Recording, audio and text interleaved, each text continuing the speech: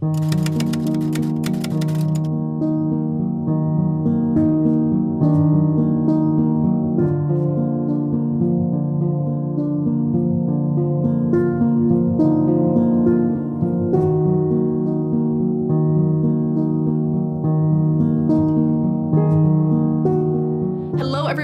welcome back to my channel. Today I'm going to be starting yet another reading vlog. So September is currently upon us. It's actually, not gonna lie, it's not September for me right now. It is still like the last couple days of August. But like every other day of the year, I'm craving fall. I want it to be fall so bad. And as far as I'm concerned, the 1st of September is fall.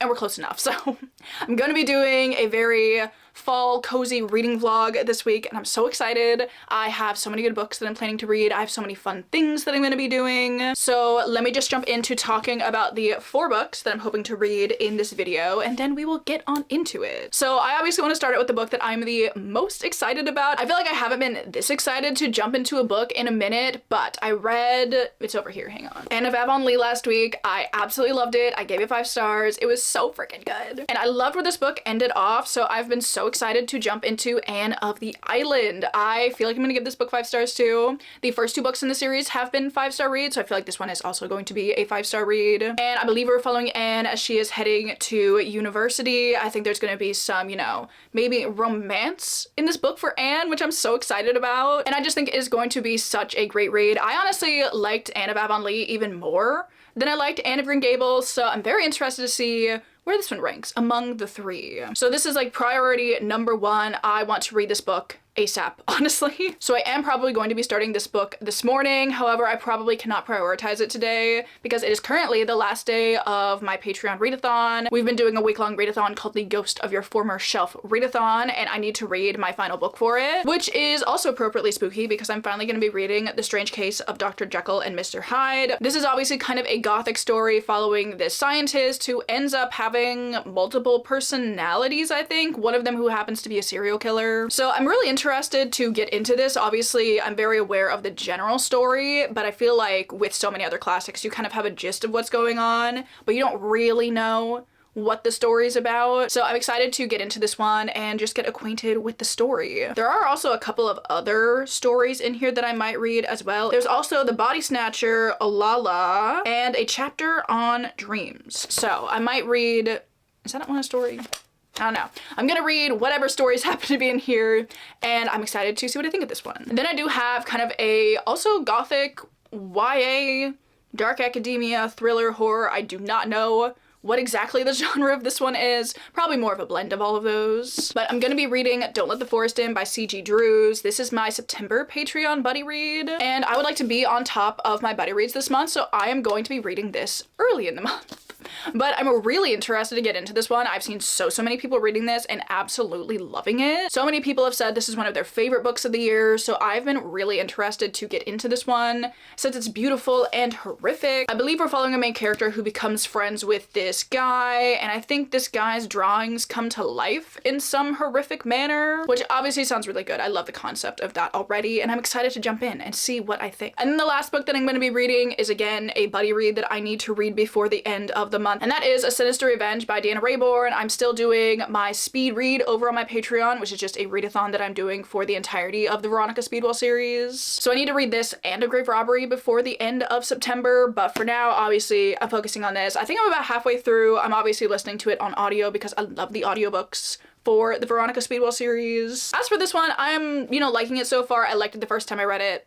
Obviously, I'm liking it again. It's not one of the more remarkable Veronica Speedwell books. I feel like I have certain ones that stand out in my head, and this simply is not one of them, but I'm enjoying it nonetheless. I like the tension between Veronica and Stoker in this one. I think it does a good job at kind of like continuing the slow burn, shall we say. So I will, of course, be continuing to enjoy this one. So here is my TBR for the week. Honestly, nothing too crazy, but I feel like we have some good early fall reads. Again, I know it's not fall yet, but like, again, I simply am not listening. Those are the books that I'm going to be reading this week. I also do just have some other things that I'm going to be doing as well. Obviously, I'm going to be doing some journaling. I need to make my fall to watch spread. I've made a fall to watch spread, honestly, in like the same format for like the last 4 years now. But if it isn't broken, don't fix it. So I'm probably going to do it in the exact same format. But I am obviously going to be updating the things that are going to be on my to watch list. I have some new movies that I want to prioritize. I don't really know if I have any TV shows that I'm going to focus on, but I definitely have like some fun books that I'm going to put on it as well. Which again, I say this all the time, but like,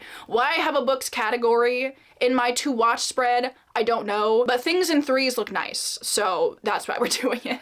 I also think I want to do some baking this week. What I'm gonna make, I have no idea yet, but that's going to be for me to figure out later. I did have other things I was gonna do. I cannot remember what those are at this point in time, but you'll see them eventually. So we're just gonna get into it. I do have some sprints with my patrons later today. So as I said, I'm gonna be focusing on reading this. This is what I'm gonna focus on this afternoon, but for this morning, I obviously want to jump into Anne of the Island. I literally switched around like the videos that I was gonna do just so I could read this book in this vlog. Because initially the first like fall video that I was gonna do was gonna be me reading more witchy books. But I was like, how do I read Anne of the Island while I'm reading witchy books? So, new concept just for her. So I really hope you guys enjoyed this video. I hope you're having a lovely September so far. And let's get into some reading and some journaling.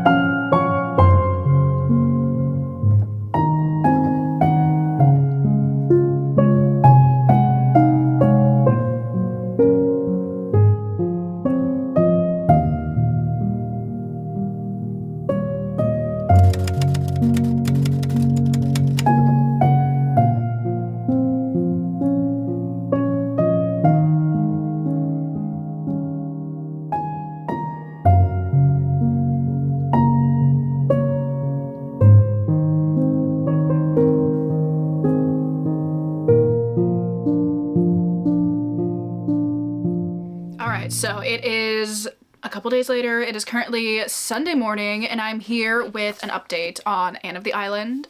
I did not, even though I said I was going to, I did not read any of The Strange Case of Dr. Jekyll and Mr. Hyde yet. This is definitely a goal for today. I'd like to read the entirety of at least the one story today, and maybe the others as well. It's really short, it's like 70 pages, so it's probably a non-issue. However, I don't have an update on that, obviously, but we can talk about Anne of the Island because I am absolutely loving it so far, and I feel like it's also going to be a 5-star read. Truly at this point, I don't know how it would not be a 5-star read. I'm just enjoying my time with it so much. I love the characters, I love the story, I love Anne, I love the writing. Everything about it is just so good, honestly. I'm currently on page 137. I have been like tabbing all of the just things that I love in this book. I've been highlighting things in the other two books because truly there's no way I can get through an Ella Montgomery book without wanting to highlight some sort of like beautiful nature description or like something fun and whimsical that Anne says. But I decided to like pick some categories for this one specifically and choose a beautiful autumnal color palette. I mean, look at this. But I'm just looking for like very general things. So I have like nature descriptions,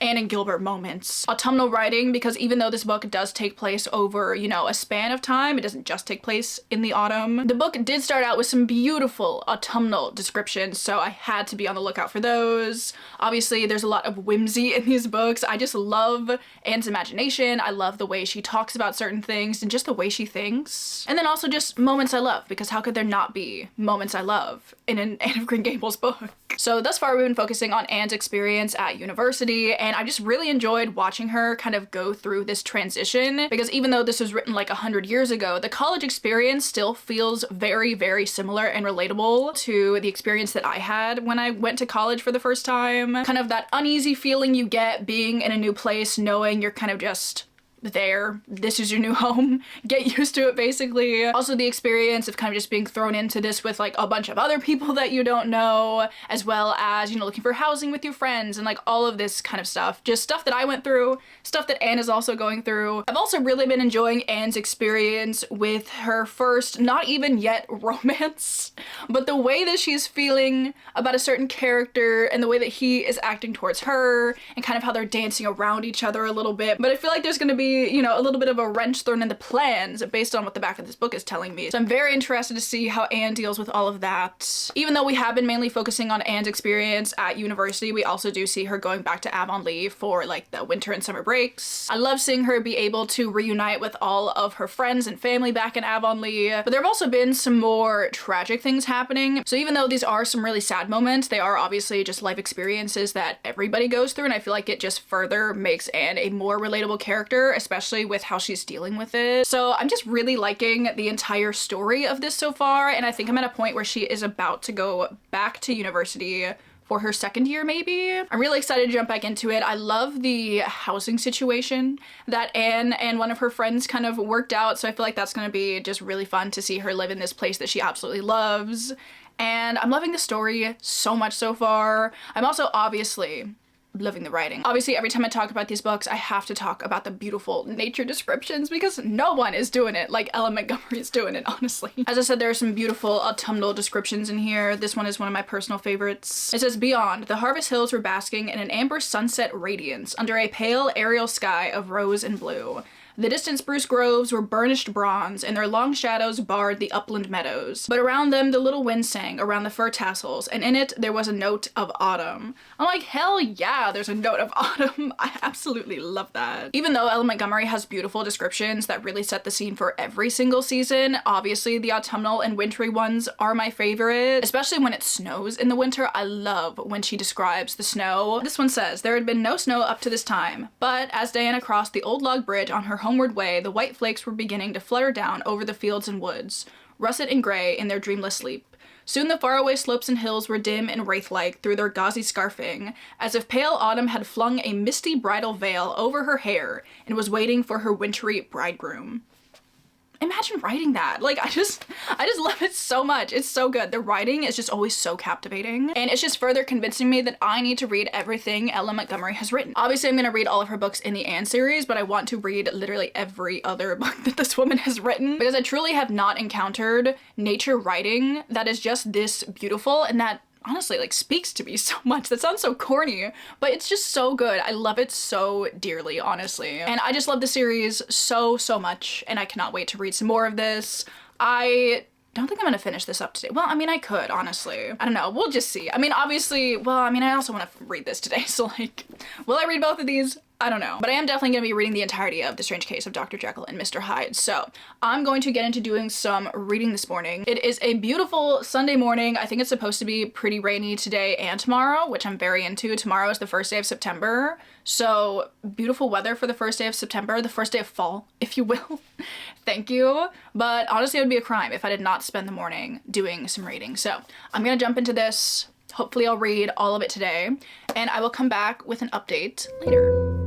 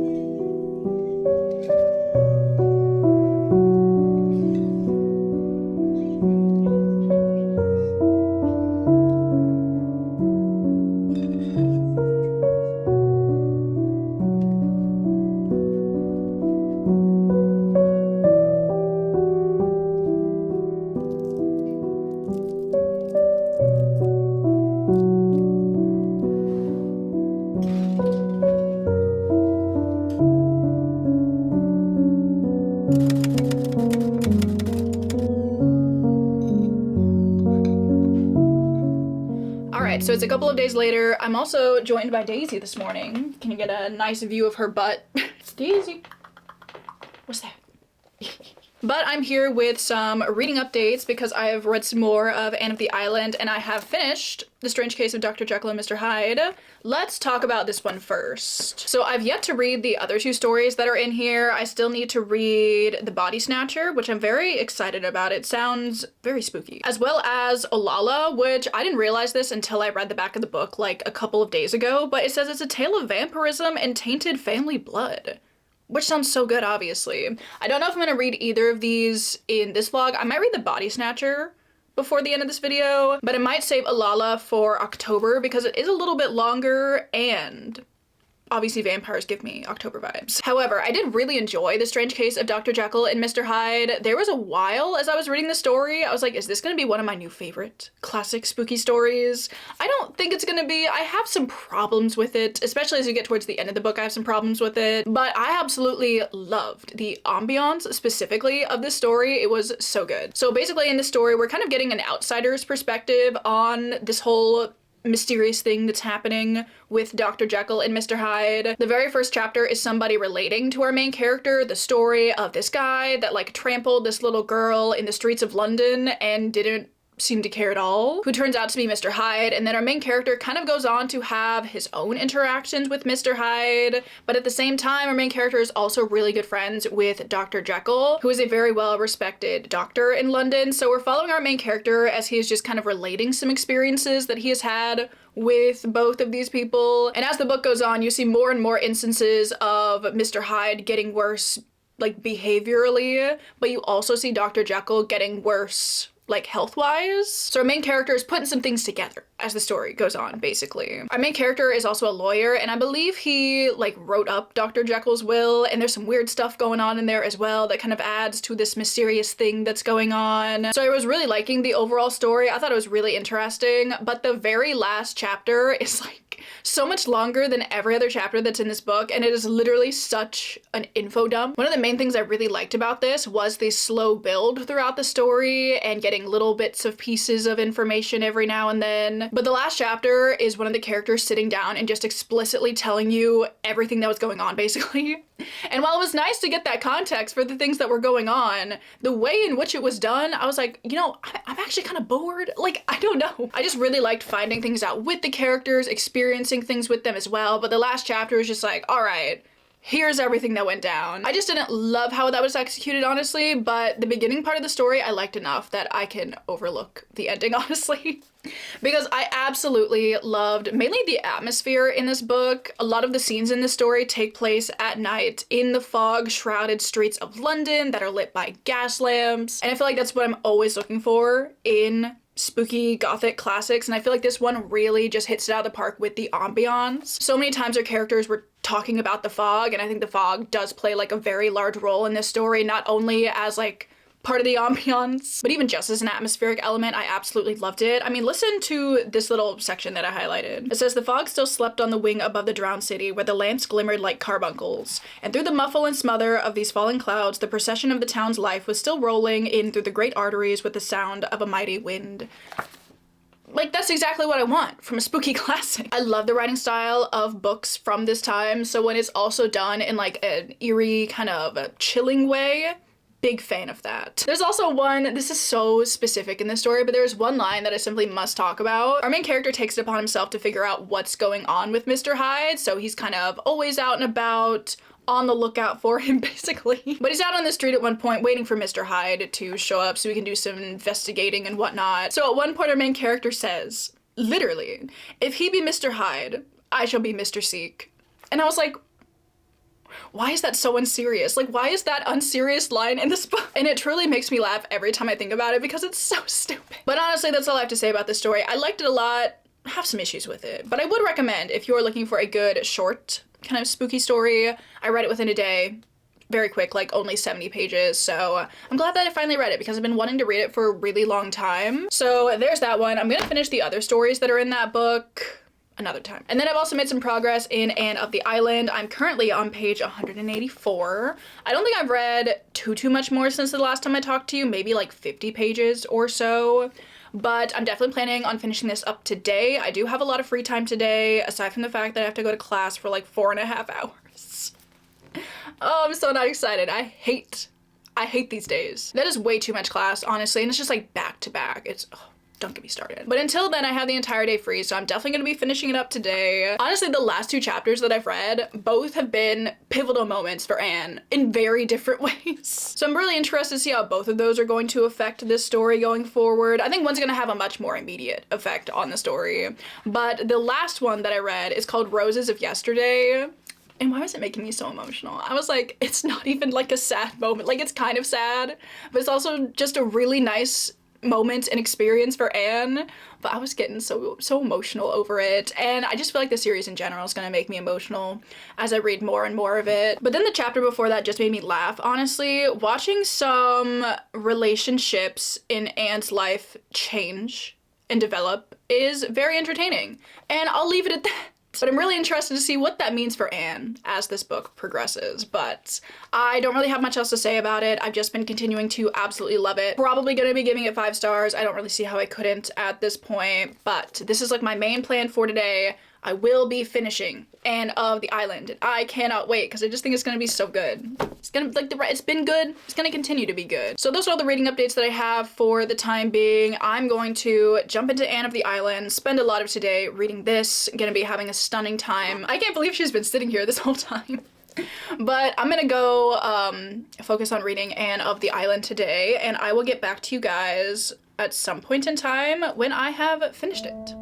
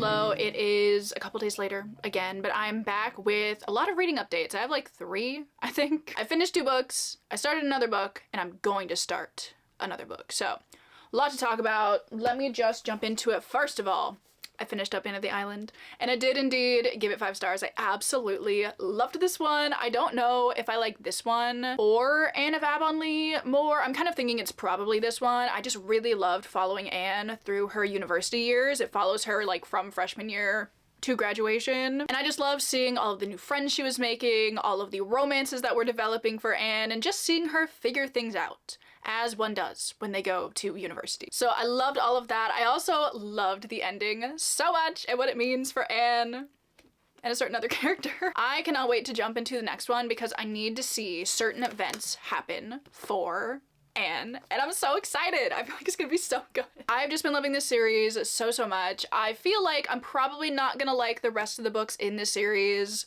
quite as much as I liked these first 3, but I think I'm still really going to love them, so I cannot wait to jump into the other books. But this one was so good. I just loved it so much. Also annotated.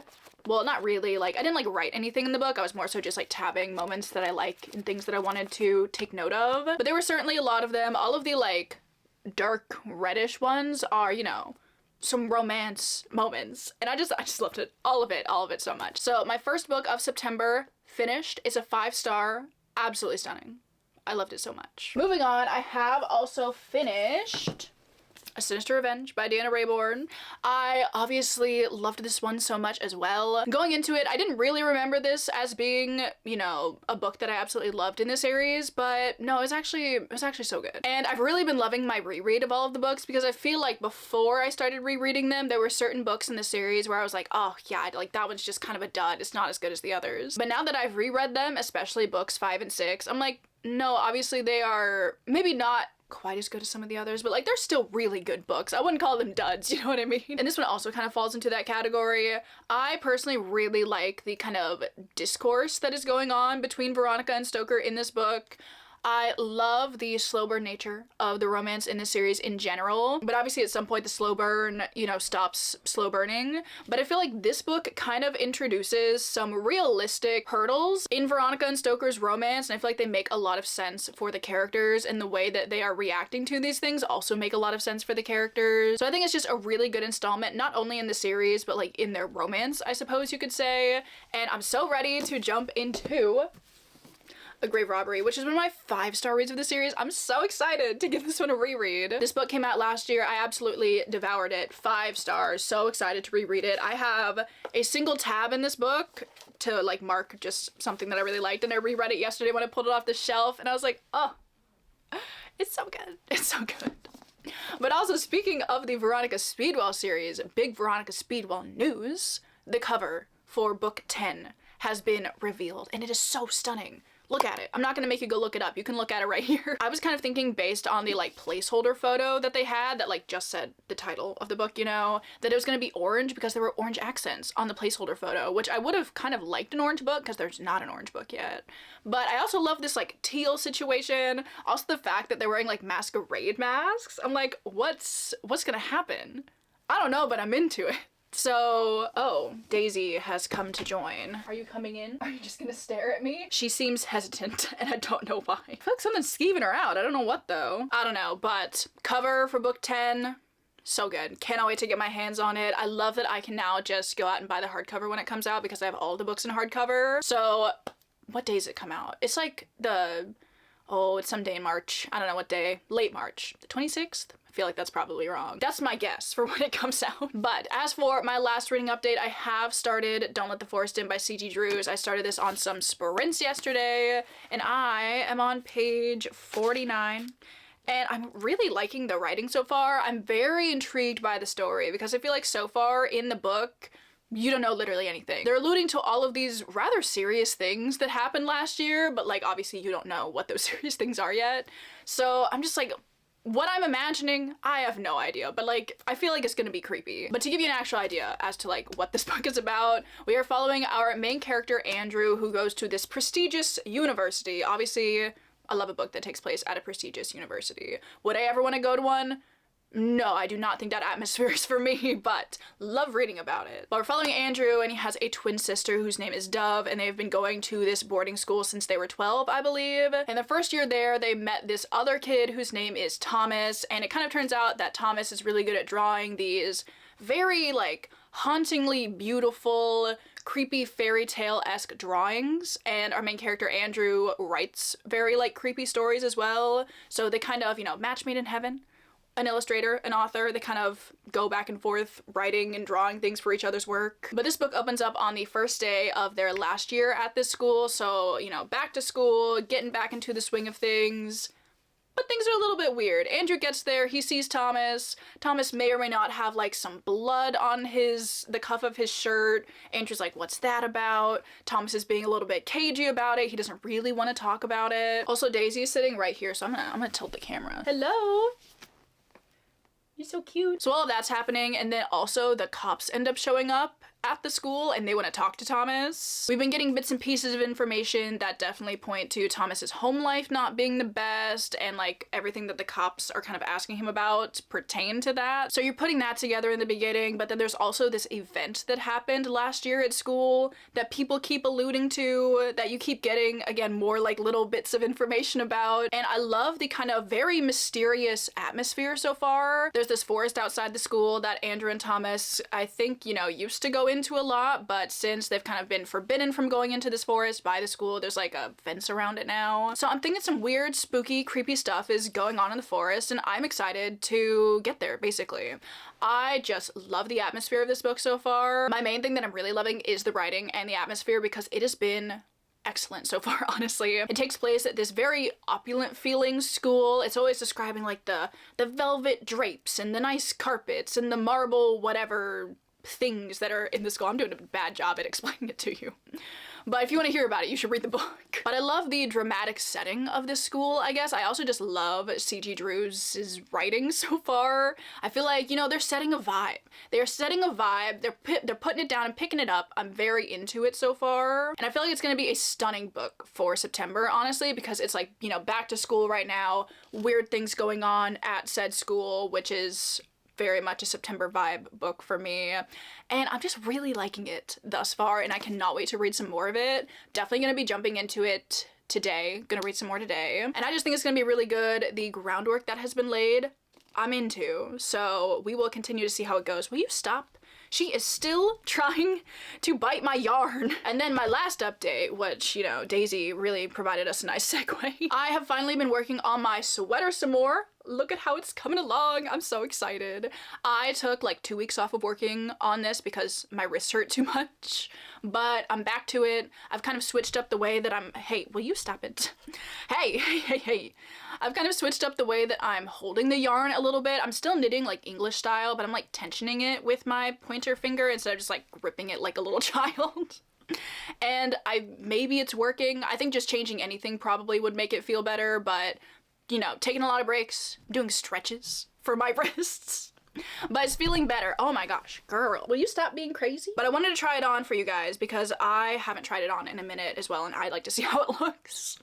But I'm so happy with how it's turning out so far. I've been so sad that I haven't been able to work on it these last few weeks because I made my cardigan and I was like, oh my gosh, I love knitting. But then my wrists were like, actually, no, you don't. And that was so rude of them. But I'm back to it. I think Daisy's also very excited that I'm back to it because she has some new toys to play with, which I don't appreciate. But like both her and Winnie love any kind of like mohair, kid silk, anything that looks like this, they will snatch it and literally run away from me. But here's how it's looking so far. If I just sit like this, you'd never know that the bottom of it is not finished, but here's how it's looking. I think it's looking really good. I was a little bit worried that I was making it too wide to begin with, but I actually think this is probably gonna be a pretty good width. I like my sweaters to be oversized, so I think this is like the right amount. Oh, you're coming back for the yarn? I think I'll just hold these. But obviously I look a little bit funny right now, but I think it's gonna look really good when I just keep continuing to work on it. The body is of course quite a time-intensive part of this project, so even though I've been working on this a lot recently, I feel like I haven't made that much progress.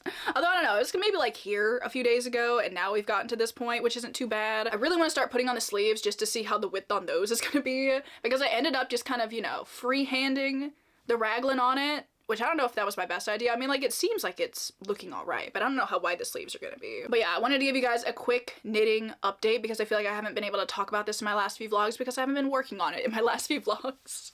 But I'm really happy with how it's turning out. And you know, maybe I'll have it done before it gets cold here so I can actually wear it in a timely manner. I don't know, but so far I think it's looking all right. But I think those are all of the updates that I have to share for now. We did the reading updates, showed you guys my knitting. That might be all I've really gotten up to. Did a lot of homework over the weekend. That was really fun. But it is time to get on with the rest of my Monday. So I'm going to be reading some more of Don't Let the Forest In today. I don't really know if I'm gonna get up to much else. I don't really have anything else to do today. So I feel like finishing this book would be good use of my time. But yeah, big reading plans today. She just moved on from attacking my yarn to attacking my tripod because she will not be stopped. Oh, but look how cute. Oh, just look at that little face. She knows she's been bad. She's trying to make up for her bad behavior this morning. Look at oh, nope, back to being bad. Back to being cute. Don't let her fool you.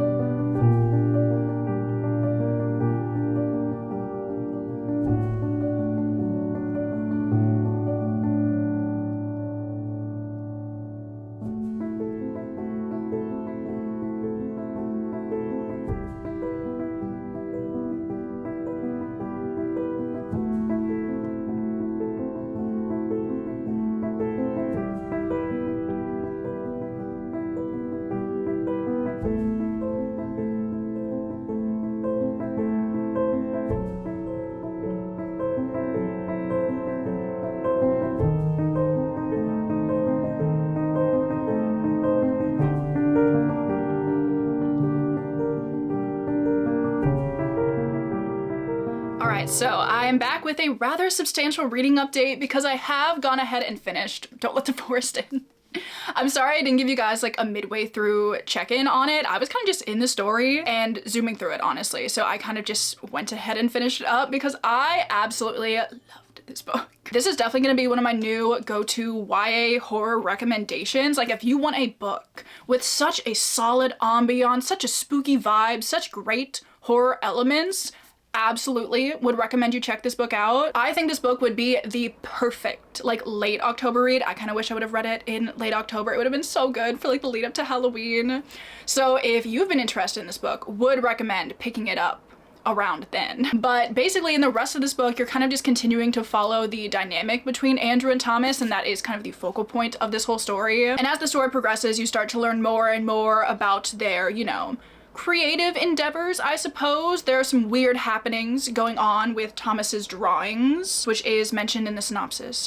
It's not a spoiler, but all of that I absolutely loved. I also loved like kind of the brand of horror in this book, I guess, because it's very like nature horror, folk horror feeling, and I think that's kind of my favorite kind of horror that I've encountered in a book. Anything with horror elements that involve these like eldritch feeling creatures and nature kind of slowly creeping in and creeping up on you, that kind of stuff I love, and this book is chocked full of it, honestly. I also loved the time frame of this book because it takes place from like mid-September to mid-November, which are my favorite times of year to read about, honestly. And there are just all of these spooky things happening when our characters go into the forest, and they're constantly describing like, you know, the chill in the air and the skeleton leaves they see on the ground, and just all of this very much autumnal feeling atmosphere really set the perfect tone for me, honestly. It kind of feels like when I read The Invocations and all of that kind of took place around Halloween, this kind of, you know, also takes place around Halloween, and it kind of mentions the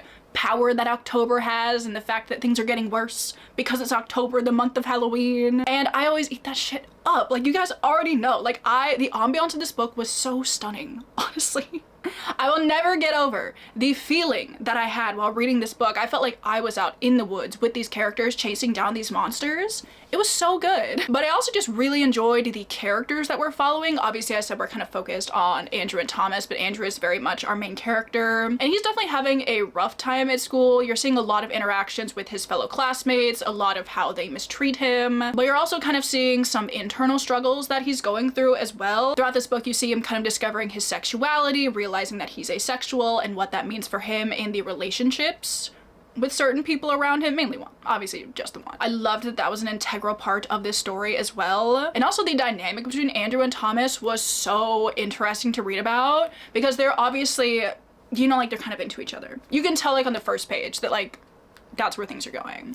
But they have this like codependency almost on each other. I feel like the relationship is definitely, you know, veering into the toxic codependency kind of area. Both of them heavily rely on each other, and you see that through a lot of their interactions and the way that they talk about each other. Like, sometimes like the things that they were saying were so dramatic. Like, while they were saying them, I was like, oh my god, like how more dramatic could you be? But like within the context of the relationship, I'm like, actually no, that makes kind of sense that like they would be talking about each other like that.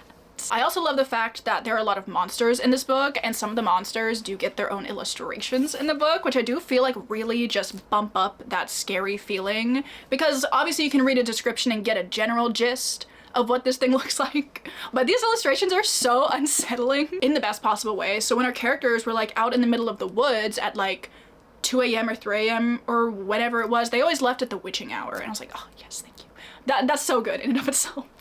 But when they would be out and about in the middle of the night, encountering these weird, creepy, fairy tale turned wrong kind of creatures, oh, it was just so good. It was so good. I don't know if I'm gonna give this book 5 stars or not. I'm a little bit tempted to give it 5 stars because I feel towards this book kind of the same way I feel towards The Invocations, which is another book that I gave it 5 stars last year. I think if you like both of Crystal Sutherland's more horror books, like The Invocations and House of Hollow, you should really check this out, because I feel like, you know, it's the same brand of horror. Especially like this one in House of Hollow, I feel like that's the main like comparison that I was making in the horror elements, like just the way that they made me feel. So if you like those, I'd recommend checking this one out, because it really was just so good. It definitely took me a little bit to like get into the story, but like once things started rolling, I was like, actually, I kind of love it. And I'm kind of tempted to give it 5 stars. I just don't know. I might. Should I? I'm tempted. I don't know. I feel like it's been a minute since I like flew through a book like this. I have to think about that. I might give it 5 stars. I might be just like everybody else giving this book 5 stars. But again, highly recommend, if you've been interested in this book, putting it on your fall TBR, read it in late October from me, please. Honestly, as soon as I got to the end of this book, I was like, low-key, I kind of want to read it again. I just feel like this book on a second read, so interesting. Oh my gosh, I will be rereading this book at some point in time. That's kind of, you know, like the main update.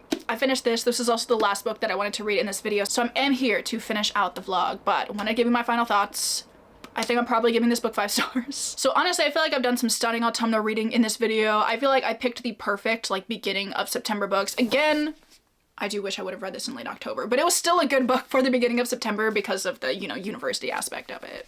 Or it's not a university, I keep calling it a university. It's like a boarding school. But literally all of these, I even started a grave robbery earlier today. This one, so happy I'm reading this in like fall spooky times because this one, let's talk about this for a second actually. This is the 9th Veronica Speedwell book, and this one is all about this wax figure that Veronica and Stoker are given, and Stoker is supposed to like fit this wax figure with a mechanism that will make it look like it's breathing. And when they cut into it, they realize that it is not a wax figure, but a dead woman. And they're trying to figure out, obviously, who this woman is, why this has happened to her, literally what's going on. So perfect spooky vibes in this book as well, and I will be loving my reread of this throughout September, but I'm not very far into it. I think I'm like 2 chapters into it. But I wanted to let you know that I started this as well. So 5 stunning books for the beginning of September. All so good. I really enjoyed all of these so much, honestly. So let me give you a quick recap because I had 2 5 stars in this video. I think I've decided I'm giving Don't Let the Forest in 5 stars. 2! That's crazy. That's been so long. Oh my gosh. I don't remember the last time I had 2 5 stars within such a proximity. I read Anne of the Island. Obviously, I absolutely loved it. So stunning. So stunning. It was so good. Don't Let the Forest In. Obviously, we just talked about it. I read The Strange Case of Dr. Jekyll and Mr. Hyde. I did not get around to reading The Body Snatcher yet. Also, something that was really interesting. On the back of this says The Body Snatcher is a gruesome fictionalization of the exploits of the notorious Burke and Hare. And within the first like couple chapters of this book, they mention Burke and Hare. I'm like, the coincidence. But I really liked most of The Strange Case of Dr. Jekyll and Mr. Hyde, and I'm really happy that I finally read it. And then I read A Sinister Revenge. Obviously, she was stunning. But I'm more so excited to get into reading some more of A Grave Robbery. One of my 5 stars. Beautiful. I love her. So that's all the reading that I have been up to in the first part of September. I would obviously love to know what you guys have been reading. Have you been reading anything good? Have you found any 5 stars? I hope you have. I hope we can all have 5 stars together. Before I go, I would of course like to thank everybody over on my Patreon. If you are ever looking for more content from me, that is always linked down below. We do some fun stuff over there. I do extra videos. We do a monthly buddy read this month. We are reading Don't Let the Forest In. We will be having a spoilery live show discussion about it at the end of September, and it's gonna be so good. I can just feel it. I think a lot of people liked this book, so I think it's gonna be a very fun live discussion, and I cannot wait. But with all that, I'm gonna go. I really hope you guys enjoyed this video. I hope you are having a stunning September so far, and I hope you are having a great Monday. That too, yeah. And I will see you guys in my next video. Bye. Also, before we go though, I forgot to share who's here. It's Miss Weenie. Oh, she's so tired. Too bad. I'm gonna wake her up so you can see her little face there. Okay, bye.